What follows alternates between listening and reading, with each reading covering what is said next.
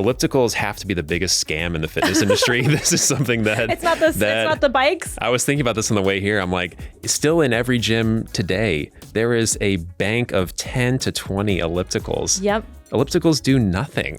Really? Nothing. They'll get on there and it'll feel like something they can do. Right, because they might sweat a little bit. And also it's tough to know how to do other things and not feel self-conscious about how you look while you're doing it. Right. I'm Susan Yara, and welcome to My Life Online. We're going to have a lot of fun and learn a lot together.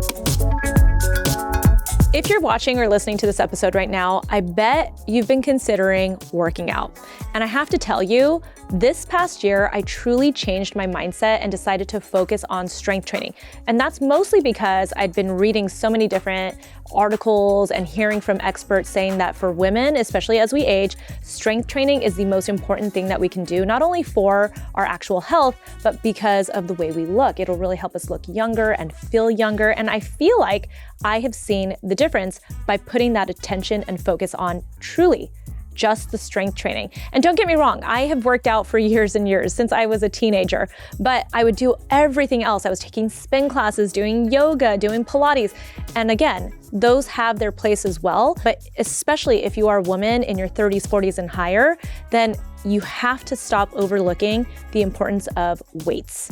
You really have to focus on it. And so to talk about it with us today is my former personal trainer, Kasey Esser. He is based in Los Angeles. He actually has two personal training gyms, one in Culver City, which is the one I used to work out at, and then one in Burbank.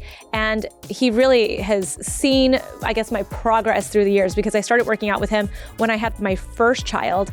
And then up until I basically left Los Angeles, he was my personal trainer. So I'm really excited for you to hear from him, because he's gonna explain strength training and the importance of it, and really explain to you what I mean by saying put a focus on it. All right, Kasey, I'm so happy to have you here. First off, this is like a reunion for us. I worked out with you for years. After I had my first child, your gym was a little bit smaller in Culver City. Yep. And it was across the street from my house. So it was like I had no excuses. Yeah, that's right. Zero excuses. It was me and the guys over at that shoe company, Goat. Yeah. We would all walk over from I could step out and yell at you to hurry up. It's true. It's totally true. And then you moved to your bigger space in Culver City. Mm-hmm. And then you luckily had that while we were going through the pandemic and everything. So I felt very lucky to be able to work out with you. Give us a little bit of your background and what what qualifies you to talk about strength training. Yeah, I mean, from a young age, personal training was always very attractive to me, because the people who were personal trainers, and this will date me a little bit, but back then, like, they were the ones, working with the rich and the famous. They looked perfect. They were so confident in everything that I didn't feel like I was at the time, but I knew that if I strived for it, I could get out of my comfort zone and do it. And so I majored in exercise science, moved to LA, worked at Equinox, and built my clientele from the ground up. And it was my life. And then did in-home training for a bit, and then found the spot to open Essers. And now this coming June, it'll be 10 years of having that facility. Yeah. And having an amazing community, an amazing team of coaches. And it's been an incredible ride. Yeah, I love that. As a side note, he has also it's very LA of him, he's also an actor. So we'll put all that information so that people can find you if they want to see what you've been acting in. Yes. The reason why I wanted to bring you on to talk about strength training is because I, more recently, and I'd say probably in the last 6 months, became really serious. Like, I was always doing the bare minimum, like two days a week. Yeah. Just to feel like I was doing something, but I was really just doing the bare minimum. And then I do an occasional boot camp kind of workout, or a Pilates class or a yoga class. And that's how I would supplement this working out. But I wasn't really taking the strength training super serious. And then sometime over the summer, I was starting to get flabby, not overweight, but I just started feeling like I was realizing when I would look at some of the celebrities that are older than me, the ones that look the best have muscle. So I started being okay, wait, what is it about them that's so different and why they look so youthful for their age? And truly, it's that they have maintained this muscle mass, not necessarily looking bulky, but just looking like they're in shape and not just skinny. And so I recently started doing at least 4 times a week in the gym with my personal trainer, which I feel very privileged to be able to do. Yeah. And she makes me work out hard. So these sessions have gotten way harder than what I ever used to do, Good. right? Like she starts me off at a slightly lower weight, but we do like 15 reps. Then the second time around, she adds more weight and she makes me do like 12 reps. And then we'll go super heavy where it almost feels like I can't do this. And she'll make me do like 8 to 10 reps, something like that in every session. So, and it's whatever body parts we're working out. So I feel like this is where I've seen a lot of change. Why do you think that this is so important compared to all the other types of exercise, I guess, for people, especially for women? Yeah. Well, in general, for men and women, we want to look better. So that's the key piece universally is building muscle, losing fat. The fastest way to do that is strength training. The second piece is mental. You feel better. You have more energy. That's true for both genders. But for women specifically, the bone density is less just by nature. So there's a much higher risk for osteoporosis as you age. Right. Strength training builds that bone density. So there's less risk of developing that.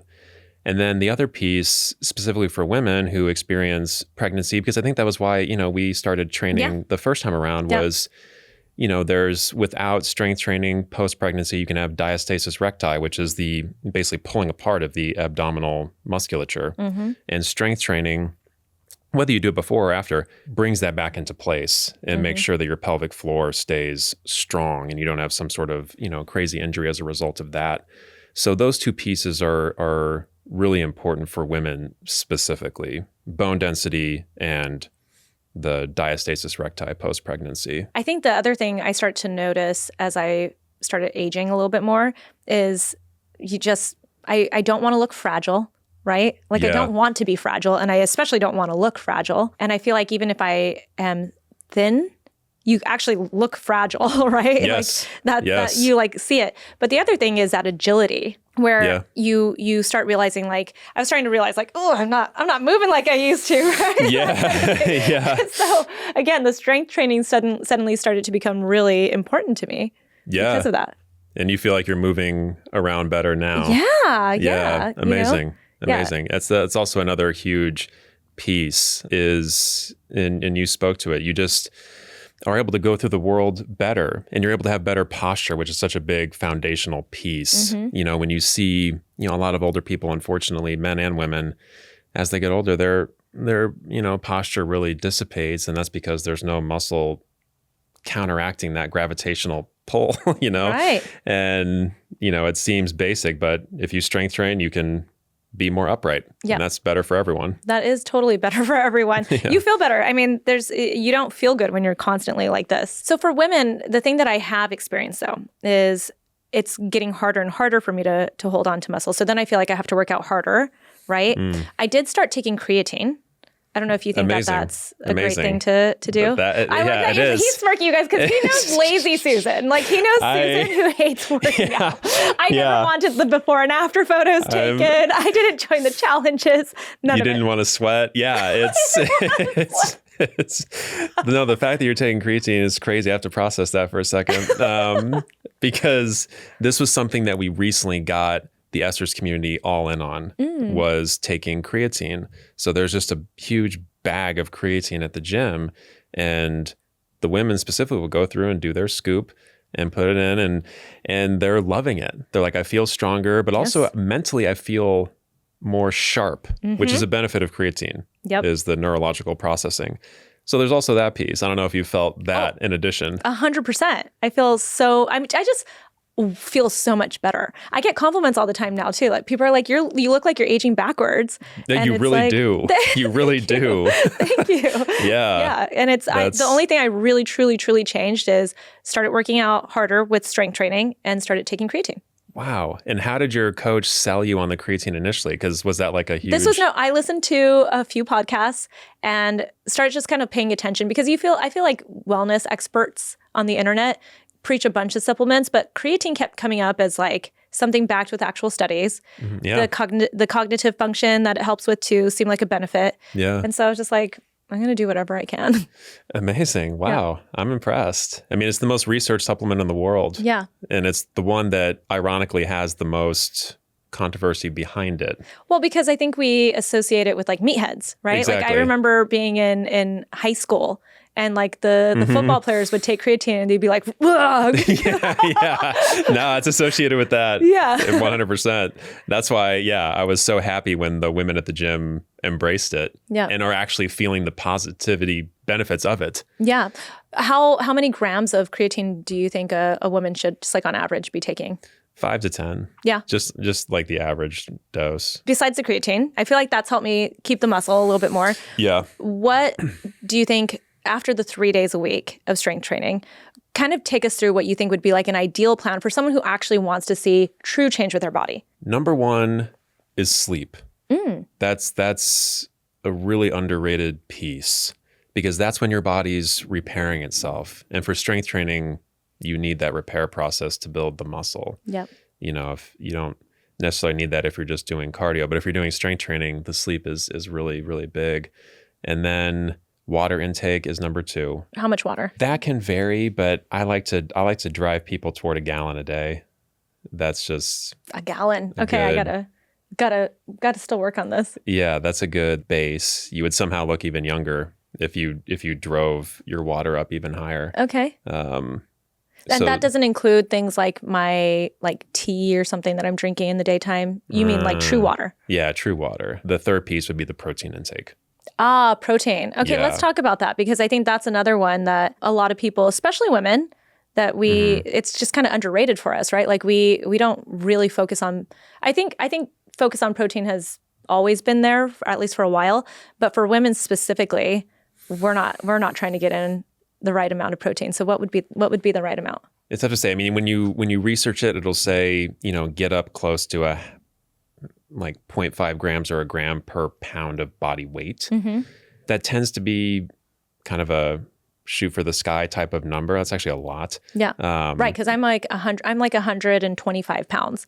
So that'd be a lot of protein for me to eat. So that'd be a good amount of protein. But for the example of you, if you were getting like 80, 85. Okay. That's doable. That's an appropriate number to maintain and then just gradually, build the muscle that you currently are, without going to some sort of, crazy extreme or feeling like you have to be eating all the time to get that done. Because protein is ironically the harder part to actually get in, right? Because it's chicken, it's fish, it's, stuff that takes time to prepare or takes time to eat or makes you feel full in a good way. So protein powder is something that, I also recommend just as a way to supplement that protein intake and just easy 20 to 40 grams a day of that to help. Right. That makes sense. I start my day with a protein shake. So good. Yeah. It's easy. An easy way. And that's how I put my creatine in also. Perfect. Yeah. Yeah. Because most people aren't going to wake up and just eat a chicken breast. No. So some people eat eggs, but yeah, protein powder is a good way to get that protein requirement met. I feel like there's been a big change in the way that I start seeing more gains and I guess a change in my body with the way that my current trainer and actually my last trainer also, the way they started making me work out. Again, I picked up the days and I wasn't going to them like I used to go to you and be like, I really don't want to sweat today. I'm literally here just for the bare minimum. Now I've changed that mindset, but I feel like also I just see such a change in the way that I'm working out. So please explain, the comparison between the different ways that people work out and what's most beneficial. I mean, in the beginning, when people are generally starting out, strength training, as you know, it's an intimidating thing if you don't know what you're doing. Right. So if you're going into a commercial gym that has a bunch of people and there's a bunch of machines and a bunch of weights and a bunch of guys running around, and that's a scary thing. So the natural inclination is to be like, well, I'm going to go to the treadmill. Right. I'm going to go to the elliptical, which ellipticals have to be the biggest scam in the fitness industry. This is something that... It's not the bikes? I was thinking about this on the way here. I'm like, still in every gym today, there is a bank of 10 to 20 ellipticals. Yep. Ellipticals do nothing. Really? Nothing. Really? But anywho, they'll get on there and it'll feel like something that they can do. Right, because they might sweat a little bit. And also, it's tough to know how to do other things and not feel self-conscious about how you look while you're doing it. Right. So that then leads people into classes where, okay, now I'm in a group of like 20 people, so I can like, do it, but not necessarily be like a focus of attention. But I want to be clear, right? You're not saying that people shouldn't be doing any of these other types of exercises, right? Right. So things like reformer Pilates, yoga, these are all amazing things as a supplement to strength training. The only time I, will intervene on that is if someone's like only doing Pilates or maybe only doing yoga. I really believe strength training should be the foundation, and then you can layer on these other modalities because they offer a ton of benefits for core strength, flexibility. It's amazing. I mean, I did a reformer Pilates class recently and I was sweating bullets. So there's something to that. And I really did feel engaged in my midsection, which is great. But you want that well-rounded program that involves the strength training. Yeah, the weights that are going to really, truly build the muscle. And then you're going to get even way more benefit from Pilates and yoga because they'll all mesh well together versus just doing, one or the other. Yeah. But those boot camp style classes, the biggest issue is really that it's like high repetition. There's not one person really focusing on you specifically. Yeah. It's not really tailored to you specifically. Correct. Okay. And there isn't any sort of like progression or program really. It's just you're going in to sweat. Yeah. And that's it. And you don't really just always want to just sweat cardio. No, because there's so many things you could do for that. It's like same with like when people talk about weight loss, it's like, well, there's a ton of things you could do to lose weight, but it's again, how do you make it stay off? Right. And how do you look the way that you actually want versus losing all this weight and then being like, wait, I'm flabby. Right. And do you think it's a waste of time for people to do spinning classes? Yes. Why? Yes. It's spinning. So, we sit most of the day. Yeah. To go from sitting at home, sitting in your car, sitting in the office, to then sitting on a bike, pedaling in a motion that basically mimics what you've been doing all day with your legs at work, which is be like this. You can sweat and you maybe will even lose a couple of pounds. Yeah. But the thing that I come back to with all of these things is it's not about losing the weight or getting the result for the short term.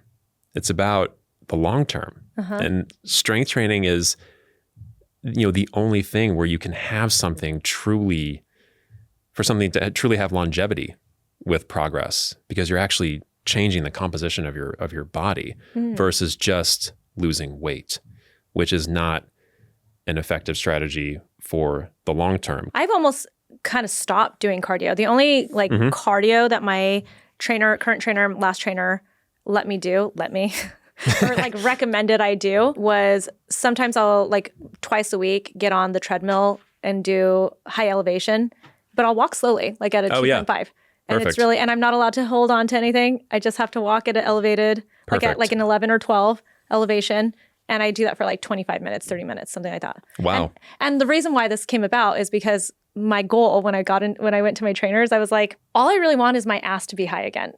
Yeah. That's really how I was like, I just want a high ass and I want the little V. I want a little V cut. Oh, the V on the shoulder? Yeah, the shoulder. Oh, okay. Like, those are the two things I want. So what do we got to do to get there? Yeah. I mean, everything is about the ass, truly. Yeah. I mean, the tongue is the strongest muscle in the body, but the glutes are the second strongest muscle in the body. And the stronger your glutes are, truly the better you will feel, especially as you age, because everything's about getting up, off the chair, off the bed.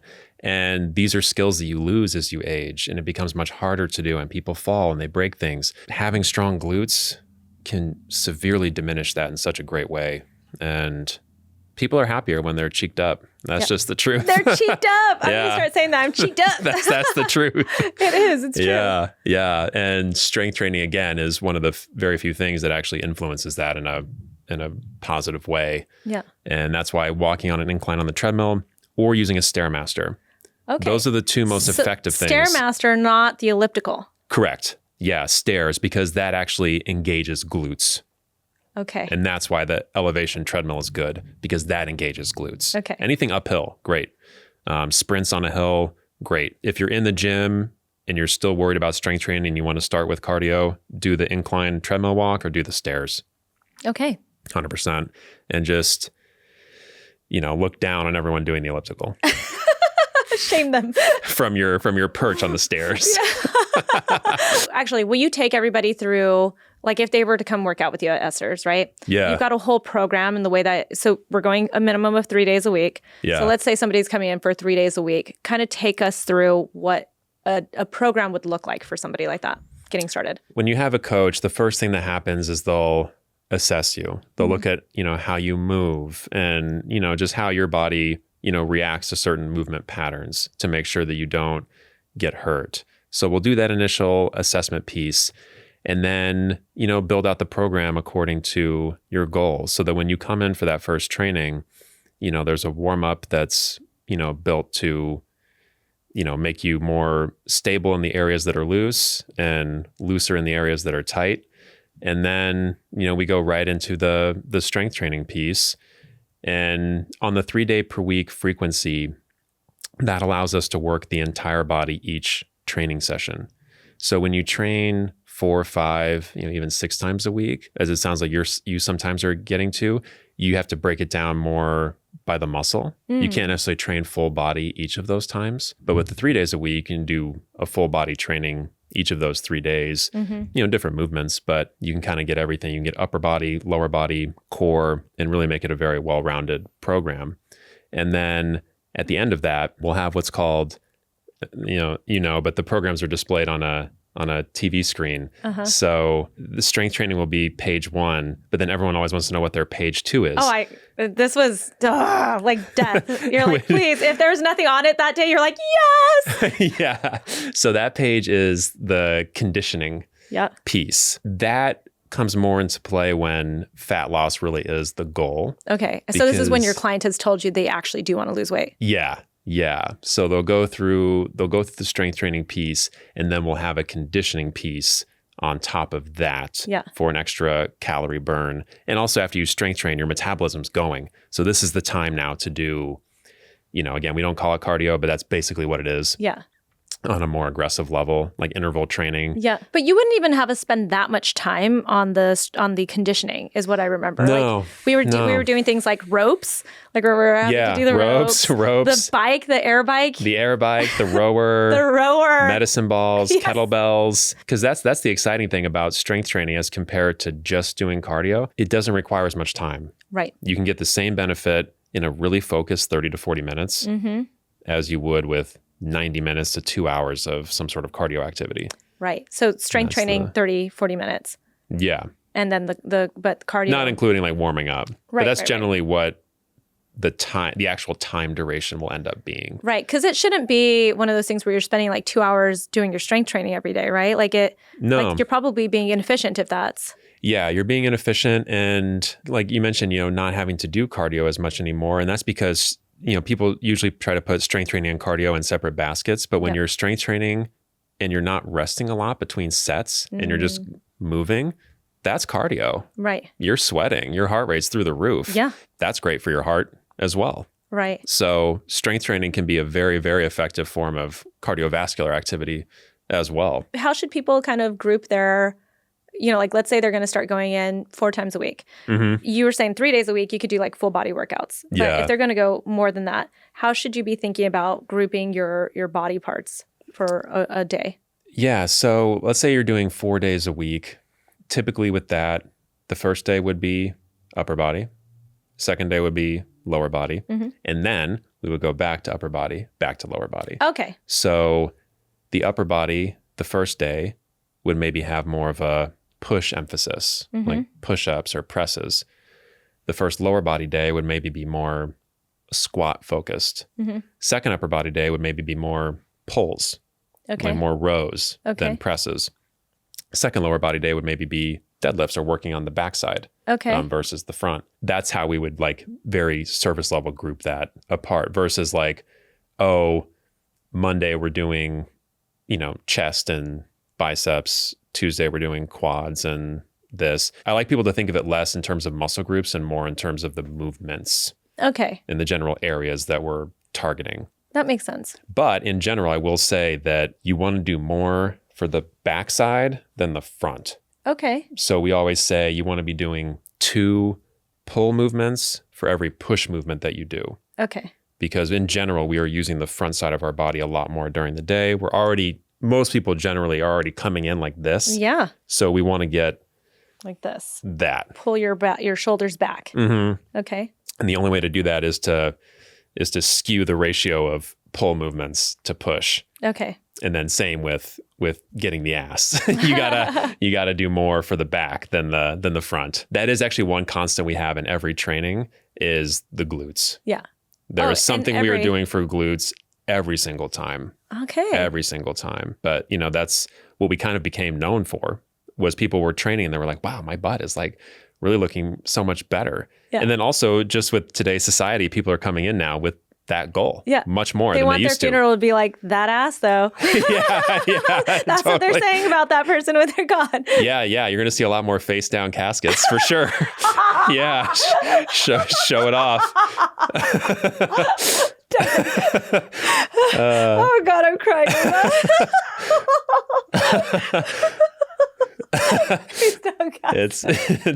It's really become people's total focus. It's a great thing, because in the past people would be like, oh, I want to lose 20 pounds. That used to be like the main goal a trainer would hear. Yeah. Now the main goal is, oh, I want my butt to look better in my jeans. My butt to look better in my jeans. You like that one? Got me. Sorry. And I looked over and Anna's trying to stop herself from laughing. Just unexpected. What would you say are other tips that people should be thinking about as they get into strength training? Because it's just so intimidating. So I guess like any information we can give to people as they consider it, because really it's not that. I find when I'm telling my friends, like the thing that's changed for me is that I'm strength training, and they're like, I want to do it, but it's like you said, they don't really know what to do. Yeah, and I'll try to think about this from like if someone like doesn't have access to a coach, keeping it as simple as possible is really the best way to go. Yeah. So in the beginning, if someone were like, okay, I can't do a coach, but what should I do? Go in and do 1 or 2 movements.